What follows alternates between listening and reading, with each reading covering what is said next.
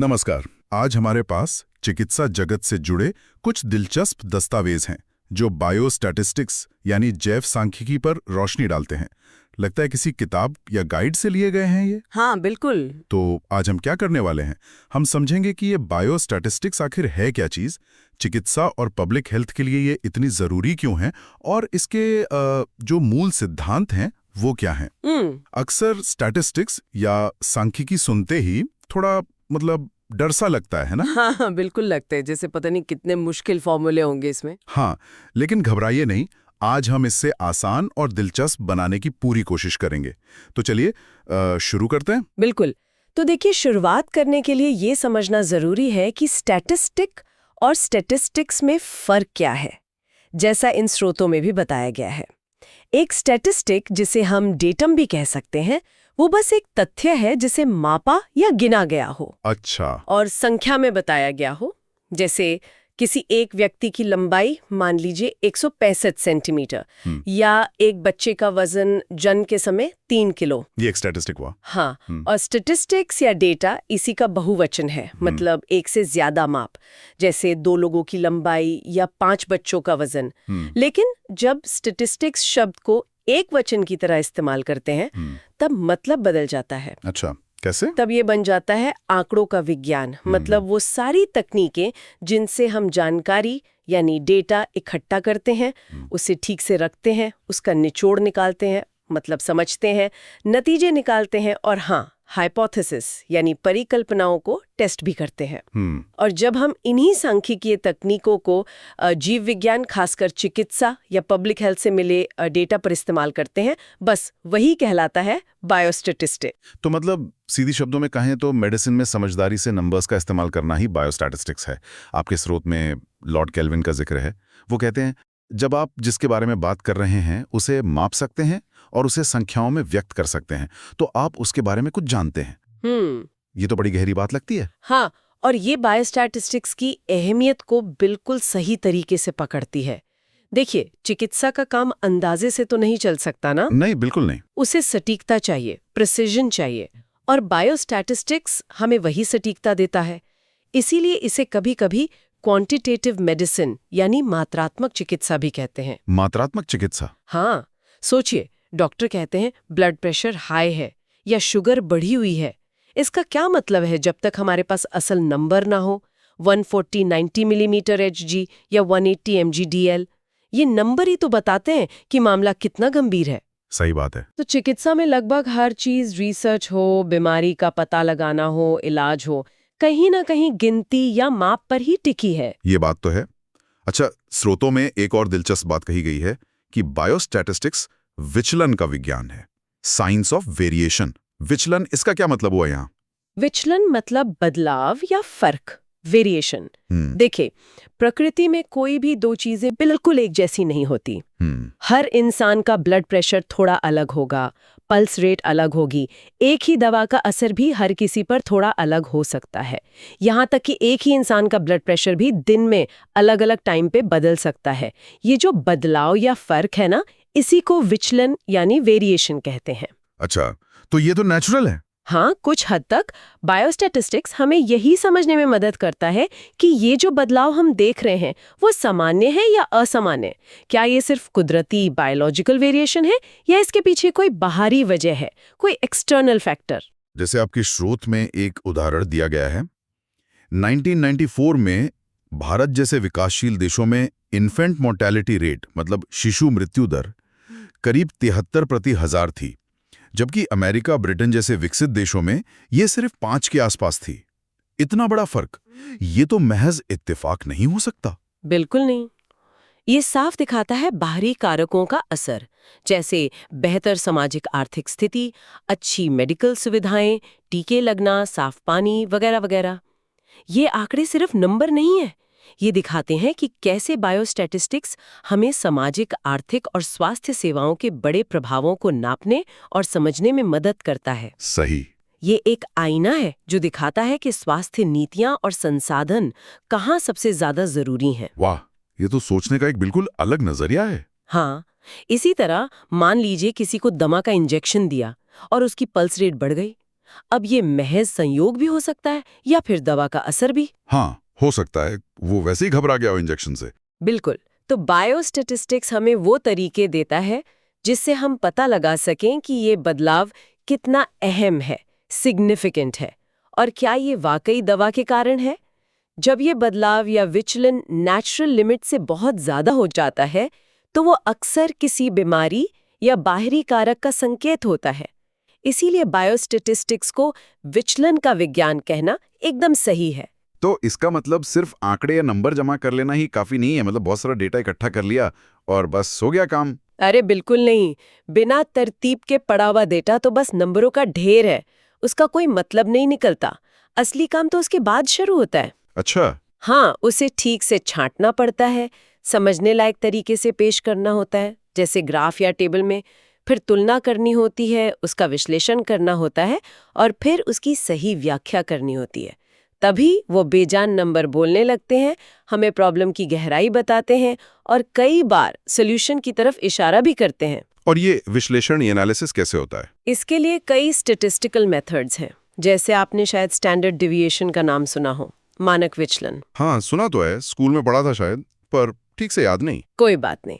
ये हमें बताता है कि डेटा अपने औसत यानी एवरेज से औसतन कितना फैला हुआ है या बिखरा हुआ है, मतलब वैल्यूज एवरेज के कितने पास या दूर हैं। अच्छा, इसका फायदा क्या है? सोचिए, हम दो नई दवाओं की तुलना कर रहे हैं बुखार कम करने के लिए। दोनों दवाएं औसतन बुखार 1 डिग्री कम करती हैं। सिर्फ एवरेज देखें तो दोनों बराबर लगेंगी, है ना? हाँ, बिल्कुल। लेकिन स्टैंडर्ड डिविएशन हमें बताएगा कि हर मरीज पे दवा का असर कितना अलग-अलग है। हो सकता है पहली दवा लगभग सभी मरीजों का बुखार करीब-करीब 1 डिग्री ही कम करती हो, मतलब कम स्टैंडर्ड डिविएशन। ठीक। जबकि दूसरी दवा शायद कुछ का 3 डिग्री कम करती हो और कुछ का बिल्कुल नहीं, मतलब ज्यादा स्टैंडर्ड डिविएशन। अब बताइए कौन सी दवा ज्यादा भरोसेमंद लगेगी? हाँ, ये बात तो है। पहली वाली ज्यादा भरोसेमंद लगेगी क्योंकि उसका असर ज्यादातर लोगों पर एक जैसा है, प्रिडिक्टेबल है। बिल्कुल। तो स्टैंडर्ड डेविएशन जैसी चीजें हमें सिर्फ औसत से आगे देखने में मदद करती हैं। इसी तरह स्टैंडर्ड एरर है, अलग-अलग तरह के स्टैटिस्टिकल टेस्ट है, जीवन तालिका यानी लाइफ टेबल बनाना है। ये सब तरीके हैं जिनसे डेटा का सही विश्लेषण किया जाता है। आपके स्रोत में फ्रांसिस गैल्टन का एक और जिक्र है जो कहते हैं कि सामान्य प्रभावों पर कभी भरोसा नहीं करना चाहिए और हमें अपने विश्वासों को ठंडे खून वाले सत्यापन के अधीन करने के लिए तैयार रहना चाहिए। ये तो मेडिकल फील्ड के लोगों के लिए बहुत बड़ी बात लगती है। हाँ, और ये आज भी उतनी ही सच है जितनी तब थी। गैल्टन का कहना था कि कई बार जो चीजें हमें नॉर्मल या नेचुरल लगती हैं, जिन पर हम आंख बंद करके भरोसा कर लेते हैं, वो असल में सिर्फ लंबे समय से चली आ रही धारणाएं हो सकती हैं। वैज्ञानिक सोच का तकाजा है कि हम ऐसी धारणाओं पर सवाल उठाएं, उन्हें आंकड़ों और सबूतों की कसौटी पर कसें, और अगर वो गलत साबित हों तो उन्हें छोड़ने में हिचकिचाएं नहीं। ठंडे खून वाला सत्यापन, मतलब बिना किसी इमोशन के ऑब्जेक्टिवली जांचना। लेकिन क्या इसके लिए हर डॉक्टर या मेडिकल रिसर्चर को स्टैटिस्टिक्स का एक्सपर्ट बनना पड़ेगा? ये तो मुश्किल है। नहीं, एक्सपर्ट बनना जरूरी नहीं है, लेकिन बुनियादी सिद्धांत, बेसिक प्रिंसिपल समझना बहुत जरूरी है। सिर्फ स्टैटिस्टिशियन पर पूरी तरह निर्भर रहना भी ठीक नहीं। क्यों? क्योंकि अपने रिसर्च के नतीजों को सही ढंग से समझने और बताने के लिए मेडिकल प्रोफेशनल्स को खुद भी बेसिक तरीके पता होने चाहिए।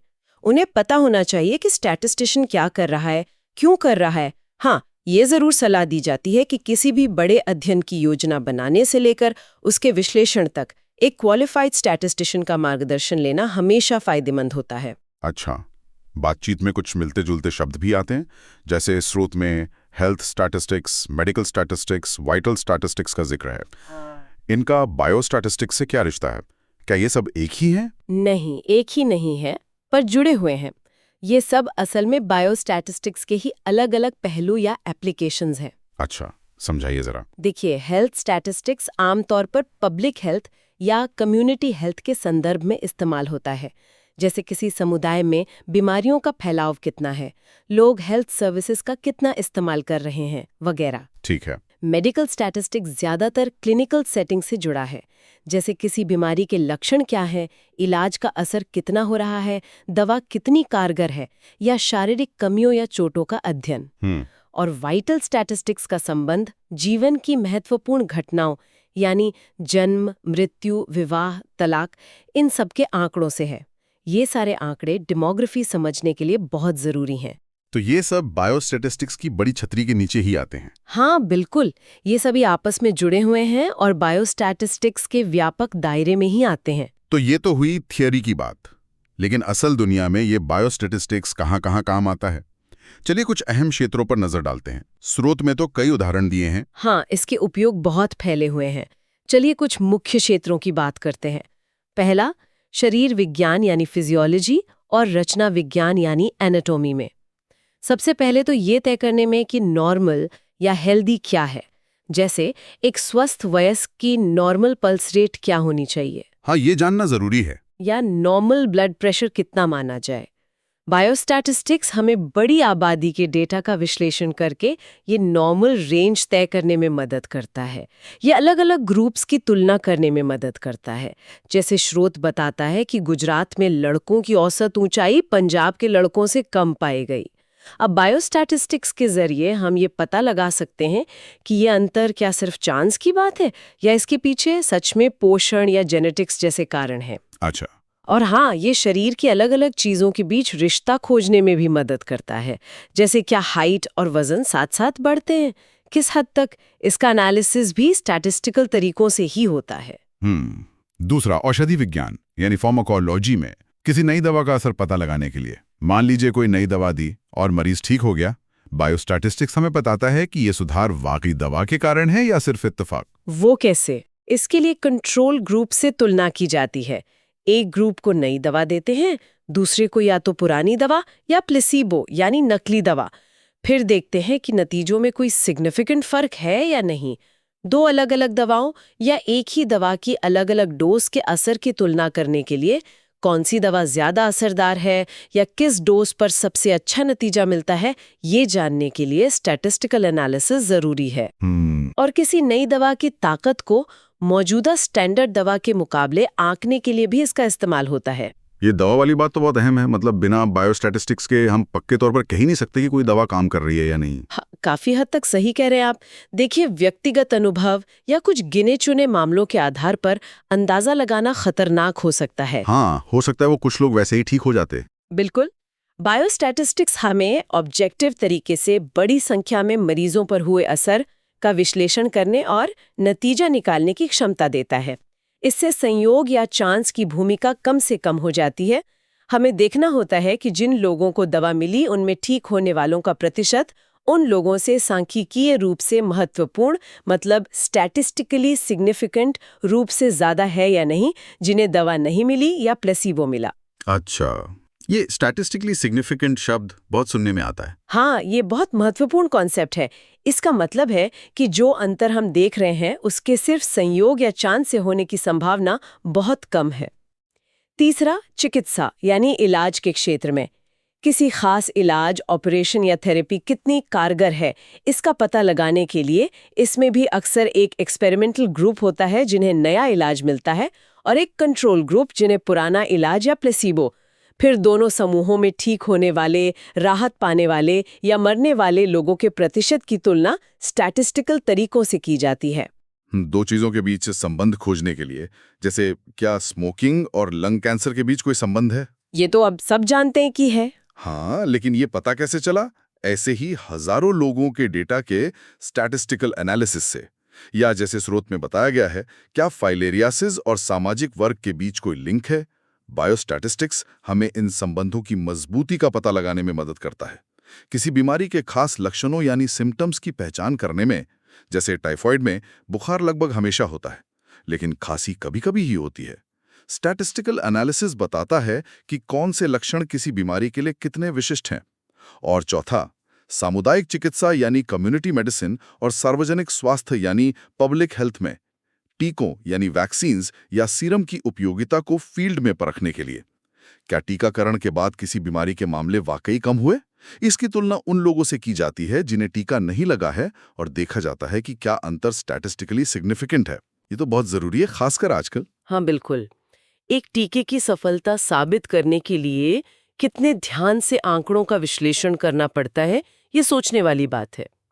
एपिडेमियोलॉजी यानी महामारी विज्ञान के अध्ययनों में बीमारी फैलाने वाले कारकों की भूमिका का पता लगाने के लिए, जैसे क्या आयोडीन की कमी से घेंगा यानी गोइटर होता है, इसकी पुष्टि तब होती है जब आयोडीन वाला नमक देने से पहले और बाद में घेंगा के मामलों की तुलना की जाती है और उनमें स्टैटिस्टिकली सिग्निफिकेंट कमी पाई जाती है। अच्छा।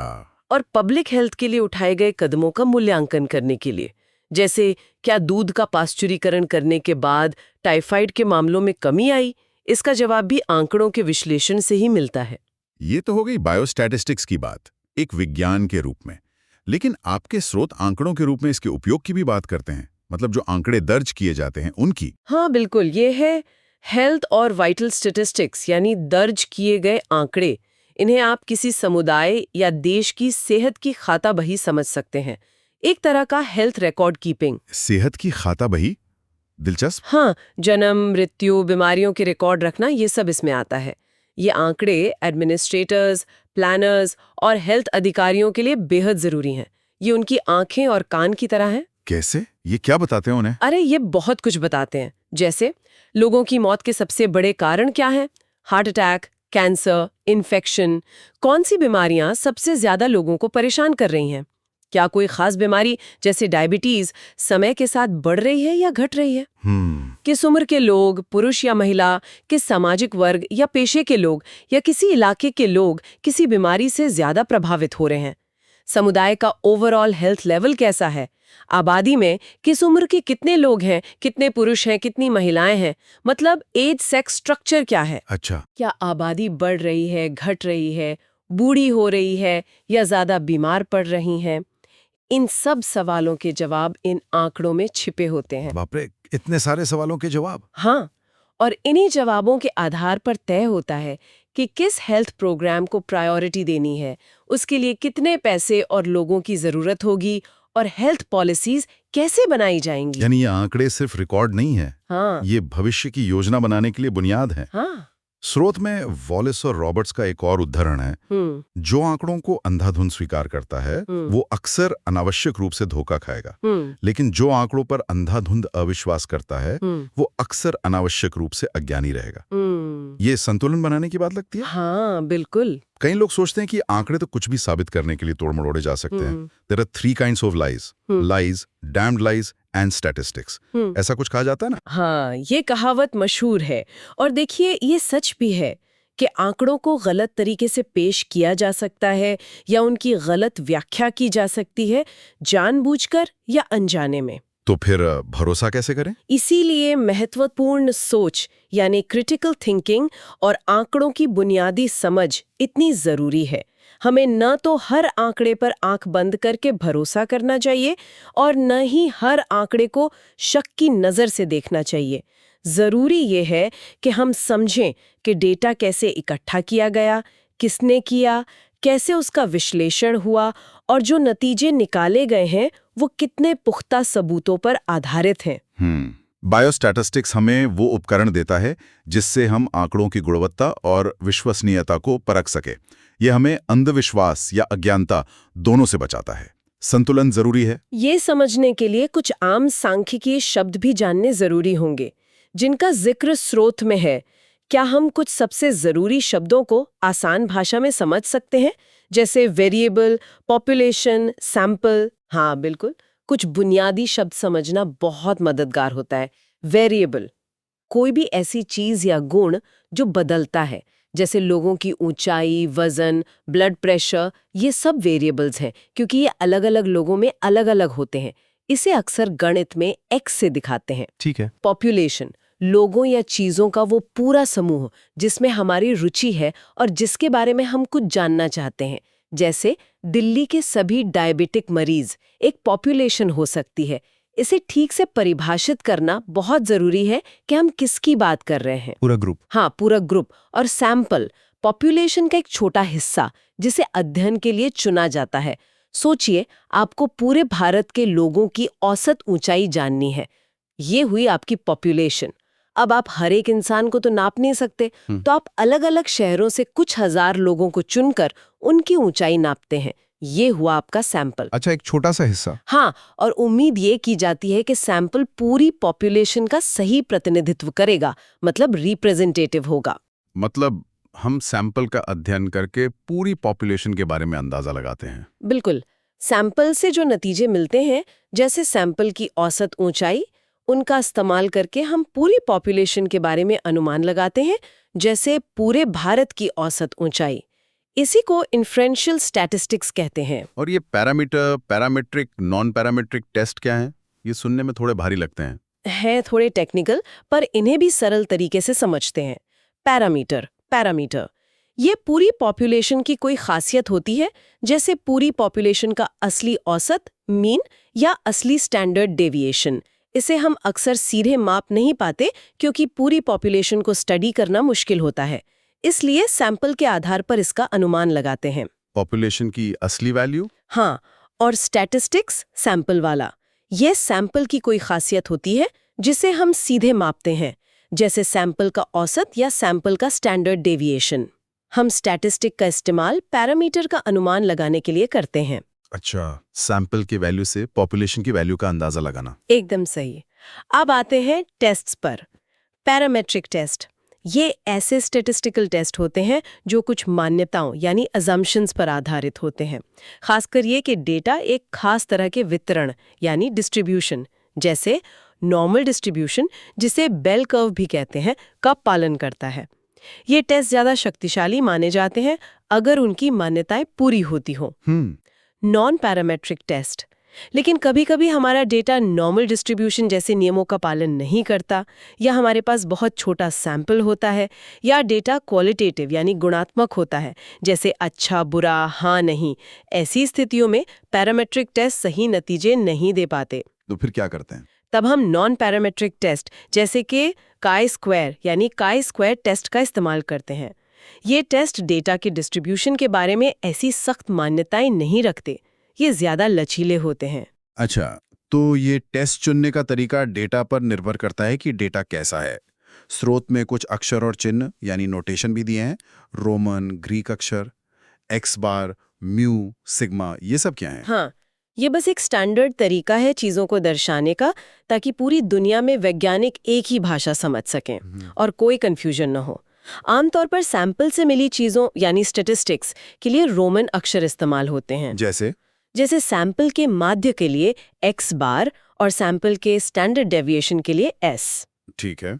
और पूरे पॉपुलेशन के पैरामीटर्स के लिए ग्रीक अक्षर इस्तेमाल होते हैं, जैसे पॉपुलेशन के माध्य के लिए म्यू और पॉपुलेशन के स्टैंडर्ड डेविएशन के लिए सिग्मा। म्यू और सिग्मा, हाँ, सुना है। ये बस एक कन्वेंशन है, एक परंपरा है।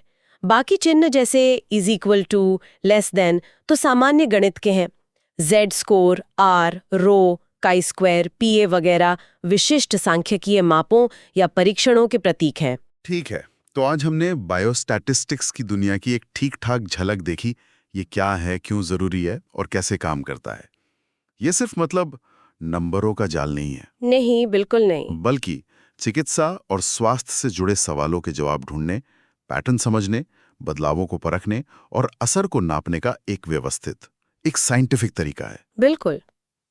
ये हमें सामान्य और असामान्य के बीच फर्क करने में मदद करता है, इलाज कितने प्रभावी हैं ये बताता है, और पब्लिक हेल्थ की रणनीतियां बनाने का आधार देता है। संक्षिप्त में कहें तो बायोस्टैटिस्टिक्स आधुनिक चिकित्सा विज्ञान की रीढ़ की हड्डी जैसा है। रीढ़ की हड्डी? वाह। हाँ, यह हमें सिर्फ अंदाजे या व्यक्तिगत अनुभव के आधार पर नहीं, बल्कि ठोस मात्रात्मक सबूतों के आधार पर फैसले लेने की ताकत देता है। एविडेंस बेस्ड मेडिसिन का आधार यही है। तो इस सब का मतलब क्या है हमारे लिए, जो लोग सुन रहे हैं उनके लिए? इसका मतलब यह है कि चाहे हम कोई नई मेडिकल रिसर्च रिपोर्ट पढ़ रहे हों, किसी क्लिनिकल ट्रायल की नतीजों को समझने की कोशिश कर रहे हों, या अपने आसपास स्वास्थ्य से जुड़े ट्रेंड्स को जानना चाह रहे हों, बायोस्टैटिस्टिक्स के बुनियादी सिद्धांतों की समझ हमें बेहतर तरीके से जानकारी को परखने और सही निष्कर्ष निकालने में मदद करती है। हाँ, बिल्कुल। इससे हम गुमराह होने से बच सकते हैं सही। और जाते जाते एक विचार छोड़ जाते हैं। फ्रांसिस गैल्टन की बात याद है? हाँ, सामान्य प्रभावों पर कभी भरोसा नहीं करना चाहिए। हाँ, तो जरा सोचिए, हमारी अपनी जिंदगी में या चिकित्सा पद्धति में या स्वास्थ्य से जुड़ी हमारी अपनी धारणाओं में ऐसे कौन से सामान्य प्रभाव या लंबे समय से चले आ रहे विश्वास हैं जिन्हें हम आज आंकड़ों और सांख्यिकीय विश्लेषण की कसौटी पर कस रखते हैं? क्या कोई ऐसी चीज है जिसे हम हमेशा से सच मानते आए हैं, लेकिन शायद डेटा कुछ और कहानी कहता हो?